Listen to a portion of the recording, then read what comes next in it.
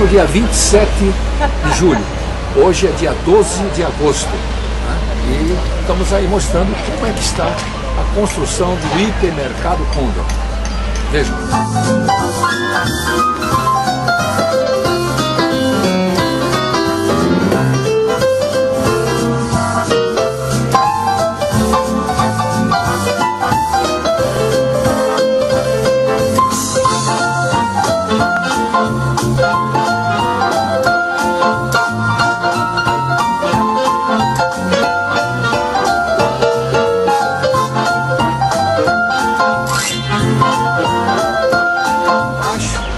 Nos primeiros filmes a gente mostrou como tinha aqui uma lagoa, né? E a gente até que não acreditava que aqui poderia ser feito um prédio dessa forma. A gente sempre fala da tecnologia, né? Das estruturas prefabricadas, dos guinchos, e aqui está todo o segredo da obra. Dá uma olhada. Encaixes, né?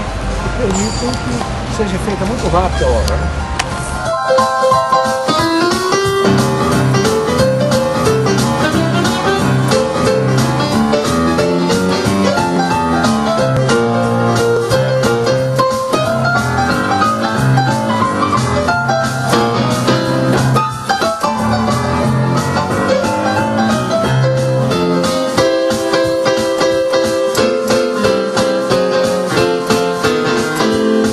Estruturas, dá uma mostrada na estrutura. Volta. Então, vocês veem o tamanho do hipermercado Condor e verifiquem ali onde vai ser os cinemas.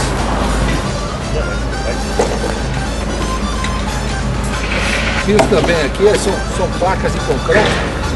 São placas de concreto colocadas uma lado a lado e depois vem o piso em cima.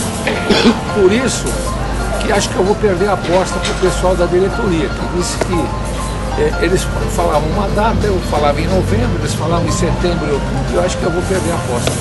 Tudo bem, nós vamos comer aquele carneiro, ou eu pago ou vocês pagam.